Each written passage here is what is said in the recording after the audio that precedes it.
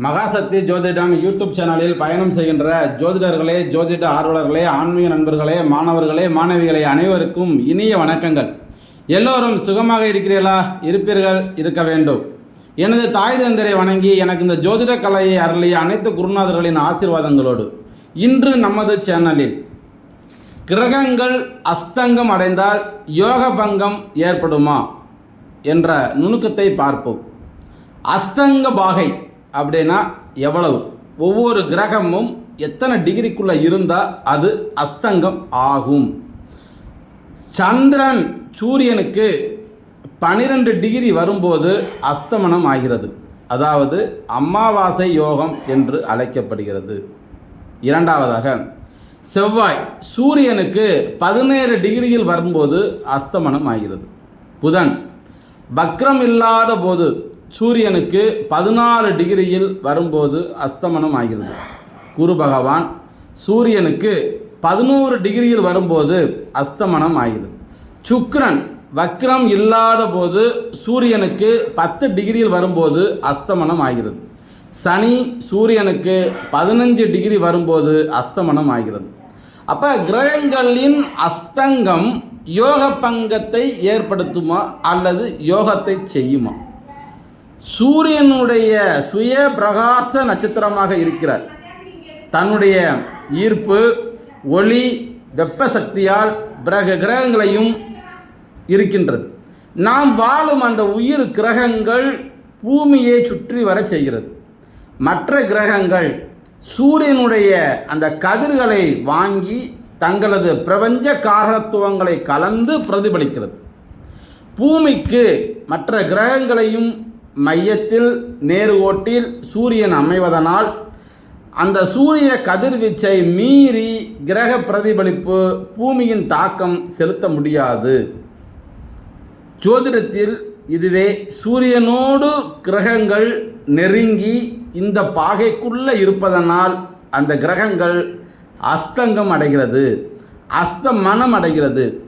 உதாரணமாக ஒரு வீட்டில் 1000 வாட்ஸ் ஒளி விளக்கினை எரிய செய்யும் பொழுது அந்த ரூமுக்குள்ளேயே ஒரு 10 வாட்ஸ் விளக்கை பயன்படுத்தினால் எப்படி ஒளி தராதோ அதே மாதிரி அந்த கிரகங்கள் இருந்தும் நமக்கு எந்த பயனும் இல்லை. சரி, இந்த அஸ்தங்கம் சந்திரனுக்கு இல்லை. சூரியன் சந்திரனோடு இணைவது அமாவாசை. ராகு கேதுக்கள் சூரியனை கிரகணம் செய்யும் வலிமை கொண்டவை. மற்ற பஞ்சமகா கோள்களான புதன், செவ்வாய், சுக்கிரன், குரு, சனி இவை அஸ்தங்கம் அடைகின்றன. இந்த 5 கிரகங்களையும் சூரியனுக்கு முன்பின் மேற்கண்ட அந்த குறிப்பிட்ட பாகையில் அஸ்தங்கம் அடைகிறது. அப்போ 5 டிகிரிக்குள் நெருங்கி இருப்பது அது முழுமையான அஸ்தங்கம். அஸ்தங்கம் அடைந்த கிரகங்கள் என்ன செய்யும்? அவை தங்களது ஆதிபத்திய காரகங்களை ஜாதகருக்கு தரும் வலிமையை இழந்து விடுகின்றன. அதாவது ஒரு கிரகம் அஸ்தங்கம் அடைந்து அந்த கிரகத்தினுடைய தசாபுத்தி காலங்களில் அவர் கொடுக்கக்கூடிய யோகங்களை தடுப்பார். அவர் தீங்குகள் செய்வாரா? கண்டிப்பாக செய்வார். அப்படியானால் அந்த காரகங்கள் கிடைக்கவே கிடைக்காதா? கிடைக்கும். சூரியன் மூலமாக ஒரு குறிப்பிட்ட அளவு கிடைக்கும். அஸ்தங்கம் செய்த கிரகத்தின் பலனை சூரியன், செவ்வாய் அதனால் முழுமையான பலன் கிட்டாது. இப்போ நம்ம வீட்டில் ஒரு வாசக்கதவை அடைச்சிடுறோம், வீட்டுக்குள்ளே லைட் இல்லை, எதுவுமே இல்லை, எல்லாத்தையும் ஆஃப் பண்ணிடும். வெளியிலிருந்து ஒரு பேட்டரி டார்ச்சரை வந்து அந்த சாவி கோர்க்கிற அந்த ஓட்ட வழி விடுறோம்.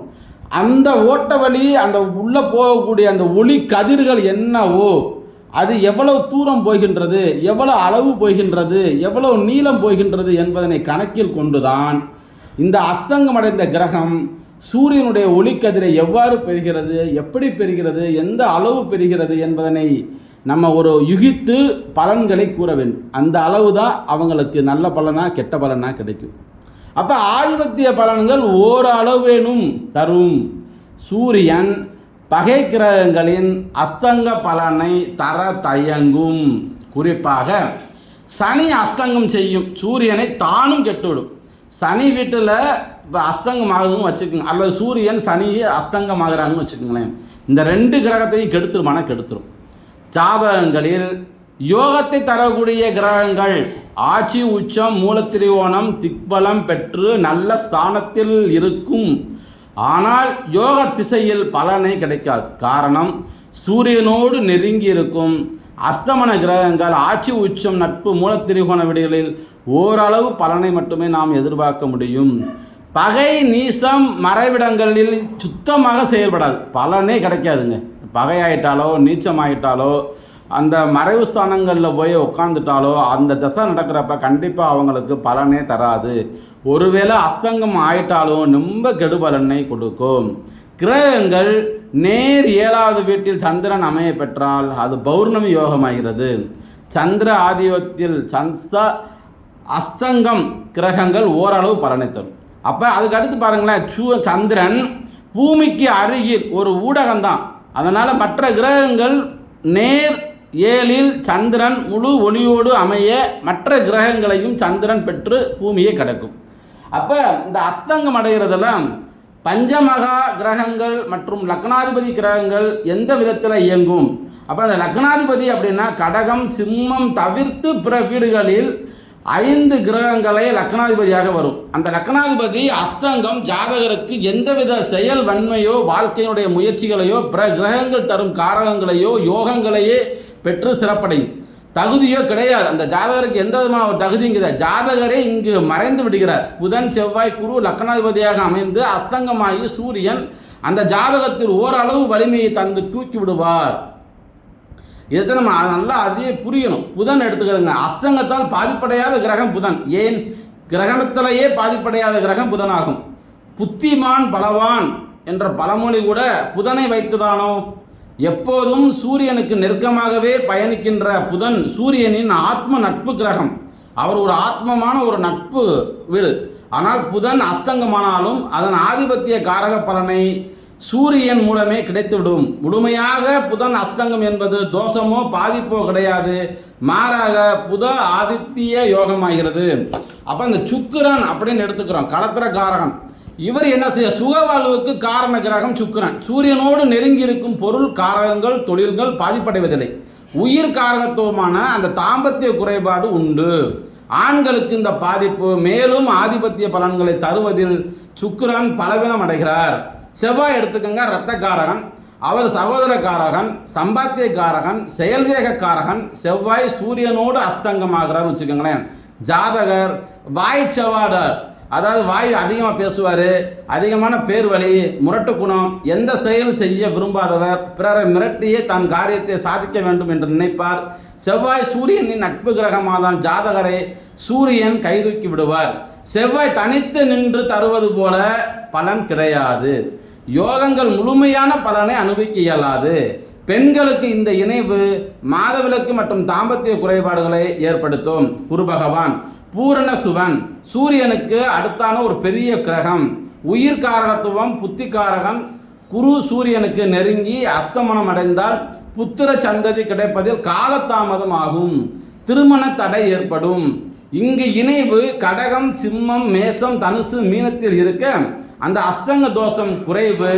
குருவோடு இணைந்த சூரியன் சுபத்துவமாகி தானே புத்திர சந்தான விருத்தி திருமண யோகத்தை செய்வார். எனினும் அஸ்தங்க பாதிப்பு தான். சூரிய பகவான் சனி பகவான் இருப்பதிலேயே மிக மோசமானது இந்த அஸ்தங்க சனிங்க. சூரியனோடு நெருங்கி இருப்பது ஒளி இருள் தந்தை மகன் இரண்டுமே முரண்பாடான கிரகங்கள்ங்க. சனி அஸ்தங்கம் செய்யும் சூரியன் தானும் கெட்டு அவனையும் கெடுத்து விடுவார். 2 பேரும் குட்டிச்சவர் ஆகிவிடுவார்கள்.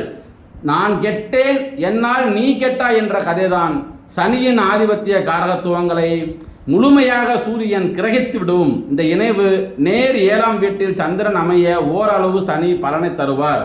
உங்கள் ஜாதகங்களில் யோகங்களின் பலன் கிட்டுகிறதா இல்லை யோக கிரகங்கள் அஸ்தங்கம் அடைந்து யோக பங்கமா என்பதனை அவரவர் ஜாதகத்தை வைத்து ஆய்வு செய்ய வேண்டும் எனில் மகாசக்தி ஜோதிடம் யூடியூப் சேனலை சப்ஸ்கிரைப் செய்து கொள்ளாத ஆன்மீக நண்பர்கள் சப்ஸ்கிரைப் செய்து கொண்டு பக்கத்தில் இருக்க பெல் பட்டனை அழுத்தி தொடர்ந்து ஆதரவு கொடுத்து குருவருளும் திருவருளும் பெற்றிட வேண்டுமாய் கேட்டுக்கொள்கிறோம்.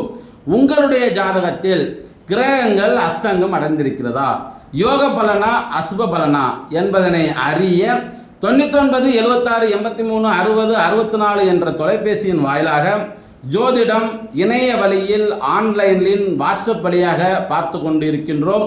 இந்த சேனலை சப்ஸ்கிரைப் செய்து கொண்டு இதை பார்க்கின்ற நபர்கள் உங்களுடைய ஜாதகத்தை ஆய்வு செய்ய வேண்டுமெனில் என்னுடன் தொடர்ந்து பேசுங்கள். தொடர்ந்து என்னுடைய யூடியூப் சேனலை பாருங்கள் என்று உங்களிடத்தில் தாழ்மையாக கேட்டுக்கொண்டு, இந்த மகாசக்தி ஜோதிடத்தில் எண்ணற்ற பயிற்சிகள் நடத்தப்பட்டு வருகின்றன. பயிற்சியில் கலந்து கொள்ளக்கூடிய விருப்பமான நபர்களும் இந்த நம்பரில் பதிவு பண்ணுங்கள். உங்களுக்கு என்ன மாதிரியான பயிற்சிகள் தேவை என்பதனை கூறிக்கொண்டு கடமைப்பட்டிருக்கின்றேன். மீண்டும் ஒரு முறை நன்றி கூறி உங்களிடத்திலிருந்து விடைபெறுகிறேன். நன்றி. வாழ்க வளமுடன். சிவாய நமக.